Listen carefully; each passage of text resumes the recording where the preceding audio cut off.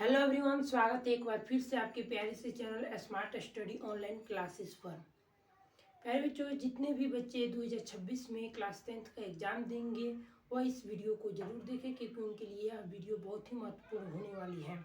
सबसे पहले हम बात करेंगे, इससे पहले हमने बता दिया था कि 10th के बच्चे जितने हैं उनको हम इस साल पढ़ाएंगे, वो भी फुल सिलेबस कंप्लीट करवा देंगे लगभग 5 से 6 महीने में। तो सबसे पहले देखेंगे आज हिंदी का जो है सिलेबस क्या है। हिंदी के सिलेबस के बारे में समझेंगे कि हिंदी में क्या क्या पूछा जाता है, कहाँ से पूछा जाता है। तो आप लोग बस अंत तक बने रहिएगा क्लास में और देखते रहिएगा क्या चीज़ है सिलेबस। देखिए, हिंदी जो है हमारे जो है हिंदी है 10th का, उसमें 2 बुक है, एक गोधली है और एक वर्णिका है। दोनों साइड में लिख दिए, एक इस साइड एक उस साइड। पहला है गोधली, दूसरे का है वर्णिका। सबसे पहले आप सभी इस बोर्ड पे जो भी लिखे हैं इसका स्क्रीनशॉट ले लीजिए। हम हट जा रहे हैं, स्क्रीनशॉट ले लीजिए और चलिए हम इसको समझाते हैं कि क्या है हिंदी और कैसे बच्चे ला लेते हैं। हिंदी में 100 में 100 नंबर कैसे ला लेते हैं। देखिए, पहला है गोधली। गोधली में गद्य खंड है, एक काव्य खंड है। गद्य खंड में 12 नहीं है, गद्य खंड में 12 चैप्टर है। 12 चैप्टर गद्य खंड में है और काव्य खंड में भी 12 चैप्टर है। नीचे लिखे हैं इधर 6, इधर लिखे हैं 6, उधर लिखे हैं 6, आप लोगों को दिख रहा होगा अच्छा से। चलिए, तो 12 चैप्टर ही हो गया। और वर्णिका में देखेंगे तो 5 चैप्टर है। वर्णिका में बहुत छोट पतला बुक रहता है और सब्जेक्टिव यहाँ पर लिखे हैं। और व्याकरण में कुछ टॉपिक होते हैं, लगभग 10 से 12 टॉपिक उसमें भी होते हैं। इसमें लिखे नहीं है, परंतु इसके बाद उसको भी लिख देंगे। तो पहले चलिए हम इसको समझ लेते हैं। देखिए, भीमराव अंबेडकर, पहला चैप्टर है भीमराव अंबेडकर। इन्होंने लिखा है श्रम विभाजन और जाति प्रथा। मेरी बातों को सुनिएगा, अगर अच्छा से दिखाई नहीं दे रहा होगा तो। दूसरा है नलिन बिलोचन शर्मा।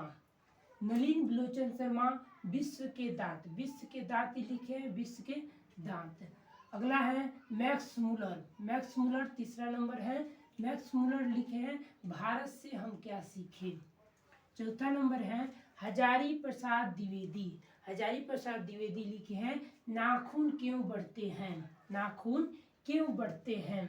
पांचवा नंबर है गुणाकर मूल्य। पांचवा नंबर है गुणाकर मूल्य।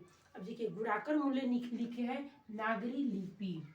छठा है अमरकांत। अमरकांत लिखे बहादुर चैप्टर, जो कि एक कहानी है। इसको भी हम बता देंगे कौन निबंध है कौन कहानी है, छूट गया है तो ये बहादुर लिखे हैं। 7वां नंबर है रामविलास शर्मा। रामविलास शर्मा लिखे हैं परंपरा का मूल्यांकन। 8वां नंबर चैप्टर है पंडित बिरजू महाराज। इन्होंने लिखा है जीत जीत में निरखत हूँ। 9वां नंबर है अशोक वाजपेयी। अशोक वाजपेयी ने लिखा है अग्नियों। 10वां नंबर है विनोद कुमार शुक्ल। इन्होंने मछली लिखा है, बहुत ही अच्छा चैप्टर है, हम आप लोगों को पढ़ाएंगे, बहुत ही मजा आएगा क्लास में उस टाइम। तो इन्होंने लिखा है मछली। 11 नंबर है यतीन्द्र मिश्रा, नौबत खाने में इबादत। इबादत, ठीक है। 12 नंबर है महात्मा गांधी। महात्मा गांधी ने लिखा है शिक्षा और संस्कृति।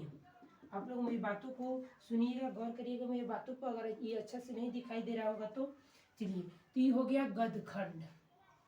गद्य खंड में 12 चैप्टर है। अब आइए काव्य खंड को देखते हैं। पहला है गुरु नानक। गुरु नानक ने लिखा है राम बिनु बिरथे जही जग जन्मा। दूसरा नंबर है रस खान। रस खान ने लिखा है प्रेम अनी श्री राधिका। प्रेम अनी श्री राधिका। तीसरा नंबर चैप्टर है घनानंद। घनानंद ने लिखा है अति सुधो स्नेह को मार्ग है। अति सुधो स्नेह को मार्ग है। चौथा नंबर है प्रेम घन। प्रेम घन ने लिखा है स्वदेशी। 5वां नंबर है सुमित्रा नंदन पंत। इन्होंने लिखा है भारत माता।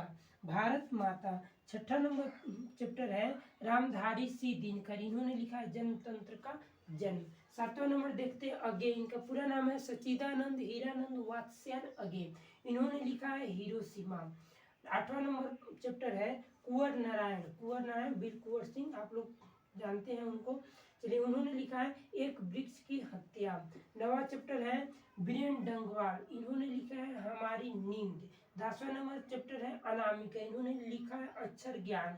11 नंबर है जीवानंदन दास, इन्होंने लिखा है लौट कर आऊंगा फिर। 12 नंबर रेनर मारिया रिल्के, इन्होंने लिखा है मेरे बिना तुम प्रभु। आप लोगों को अच्छा से नहीं दिखाई दे रहा हो तो मेरी बातों को सुन लीजिएगा। रेनर मारिया रिल्के, इन्होंने लिखा है मेरे बिना तुम प्रभु। ये हो गया हमारा काव्य खंड, ये हो गया गद्य खंड। तो आई होप कि आप लोग को मेरी बातें समझ में आई होंगी। तो आप लोग इसको अच्छा से अपनी कॉपी में लिख लीजिएगा। हम पूरे चैप्टर्स को, कितना चैप्टर्स है देखिए, गोधली में है 12 12 24 चैप्टर है। एक चैप्टर को 3 दिन पढ़ाएंगे, 3 दिन पढ़ाएंगे। देखिए कैसे पढ़ाएंगे। पहला दिन है परिचय, उस चैप्टर का परिचय बताएंगे। दूसरा दिन मतलब दूसरा क्लास में, उसी दिन हो सकता है दूसरा क्लास में उसका कहानी बताएंगे। उस चैप्टर में क्या है उस कहानी को डिटेल्स में बताएंगे। और तीसरा दिन उस चैप्टर का ऑब्जेक्टिव और सब्जेक्टिव दोनों कर लेंगे, ठीक है। तो सभी चैप्टर का 3 क्लास होगा, यानी बाढ़ के 48 क्लास इसमें होगा, 48 क्लासेस होंगी, 48 क्लासेस इसमें होंगी। अब आइए इधर देखिए, देखते हैं वर्णिका। वर्णिका में है दही वाली मंगमा, बहुत अच्छा चैप्टर है दही वाली मंगमा। आप लोग शायद कभी पढ़े होंगे, नहीं पढ़े होंगे तो हमसे पढ़कर देखिएगा, बहुत ही मजा आएगा। इन्होंने लिखा है, दही वाली मंगमा को लिखे हैं श्रीनिवास। दूसरा चैप्टर है ढहते विश्वास, इसके राइटर हैं सात कोड़ी होता। तीसरा चैप्टर है माँ, ईश्वर पटेलीकर, बहुत ही अच्छा चैप्टर है। चौथा नंबर है नगर, नगर के राइटर है सुजाता। और 5वां चैप्टर है धरती कब तक घूमेगी, सामरदैया। तो आई होप कि आप लोगों को इस सिलेबस समझ में आया होगा। अभी और समझा रहे हैं, क्लास में बने रहिए। देखिए 12 इसमें है, 12 इसमें है। गोधली का गद्य खंड, काव्य खंड, 12 गद्य खंड में का और 12 काव्य खंड में है। दूसरा बुक है वर्णिका, उसमें 5 चैप्टर है जो कि आपको सामने दिखाई दे रहा है, ठीक है। अब देखते हैं सब्जेक्टिव। सब्जेक्टिव में क्या पूछता है, 50 नंबर एब्जेक्टिव का हो गया। सब्जेक्टिव में पूछता है पहला गद्यांश, गद्यांश जो कि 20 नंबर का रहता है आप लोग के एग्जाम में, ठीक है। दूसरा नंबर है निबंध, निबंध जो है 10 नंबर का आप लोग के एग्जाम में पूछता है। तीसरा नंबर पे पूछता है पत्र लेखन जो कि 5 नंबर का रहता है। और चौथा रहता है लघु उत्तरीय प्रश्न जो कि इसी बुक में से पूछता है। लघु उत्तरीय छोटा सा प्रश्न रहता है और दीर्घ उत्तरीय जो कि 5 नंबर का होता है। देखिए ऑब्जेक्टिव हो गया 50,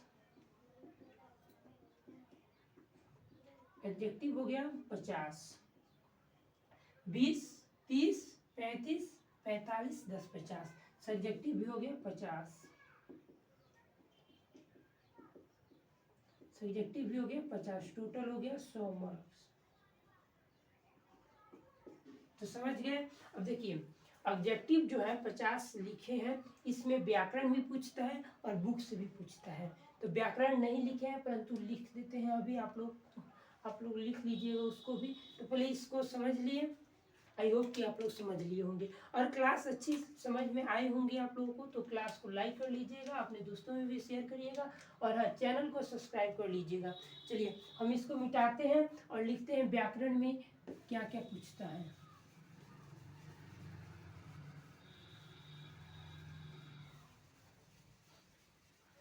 बस आप लोगों का क्लास अब सब जो है सभी सिलेबस कंप्लीट कर दिया जाएगा और उसके बाद आप लोगों को धैर्य के साथ बस पढ़ते रहना है हमसे।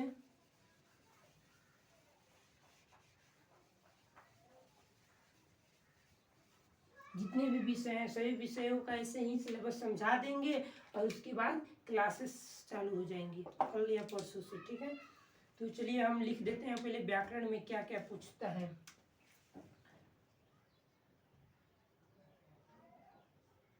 देखिए व्याकरण, व्याकरण में पहला रहता है वर्ण परिचय, वर्ण परिचय। दूसरा नंबर होता है शब्द। तीसरा नंबर तत्सम, तत्सम तद्भव, तद्भव। ठीक है। चौथा नंबर आता है प्रत्यय, प्रत्यय। पांचवा नंबर उपसर्ग, उपसर्ग। छठा नंबर होता है कारक।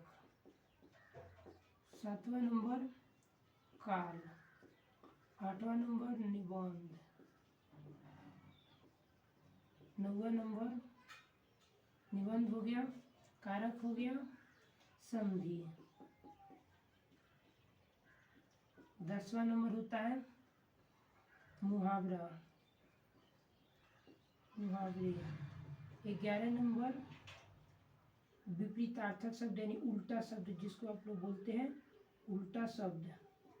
विपरीतार्थक शब्द बहुत सारे बच्चे नहीं समझते हैं, उल्टा शब्द। ठीक है। 12 नंबर होता है उल्टा शब्द हो गया परिवाची शब्द। उसके बाद होता है 12 नंबर होता है, और क्या चीज़ छूटा है? 12 उल्टा शब्द हो ही गया, परिवाची, परिवाची शब्द। 13 नंबर होता है अनेक शब्दों के बदले, अनेक शब्दों के बदले, बदले एक शब्द। 14 नंबर होता है, 14 नंबर इसमें होता है और पीछे हो ही गया है, काल हो गया, निबंध हो गया, संधि हो गया, मुहावरा हो गया, उल्टा शब्द हो गया, अनेक शब्दों के बदले एक शब्द हो गया, परिचय हो गया। बाकी यही सब पूछता है, प्रत्यय हो गया, उपसर्ग हो गया। ज़्यादा मोस्ट इम्पोर्टेंट जो है इसमें देखिए, जब सबसे ज़्यादा किस में से पूछता है? उपसर्ग पूछता है, प्रत्यय पूछता है, निबंध पूछता है और कारक पूछता है। ये ज़्यादा जरूरी जो है, ज़्यादा महत्वपूर्ण चैप्टर यही है। और बाकी वर्ण परिचय समझ गए। तो हम आप सभी को इस जितने भी लिखे हैं सभी चैप्टर्स को पढ़ाएंगे अच्छे से। तो बस आप लोग हमसे जुड़े रहिए और हमसे पढ़ते रहिए।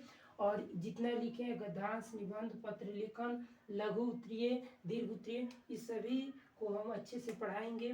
और पहले ही बता दिए कि टोटल देख लीजिए हमारा चैप्टर्स कितना है। हिंदी में 24 जो है गोधली में है, 5 इसमें है और 15 मान लीजिए इसमें है, 14 15 इसमें मानिए, 2 छूट रहा होगा कहीं, तो जोड़ते हैं कितना होता है, तो 14 और 44 चैप्टर्स मान लीजिए। 44 चैप्टर्स हैं, 44। अगर एक चैप्टर को 3 दिन में पढ़ाते हैं, एक चैप्टर को 3 दिन में पढ़ाते हैं, तो देख लीजिए कितना हो रहा है, 4 3 12। समझ गए। 13 होगा, मान लीजिए 150 दिन, 150 दिन रखिए ना यहाँ पर, 150 दिन। समझ गए। यानी 6 महीना में आपका हिंदी भी कंप्लीट कर देंगे। इसका गारंटी आप मुझ पर दीजिए, इसका गारंटी हम लेते हैं कि 6 महीना में आप लोगों का हिंदी कंप्लीट कर दिया जाएगा, और कुछ नहीं है।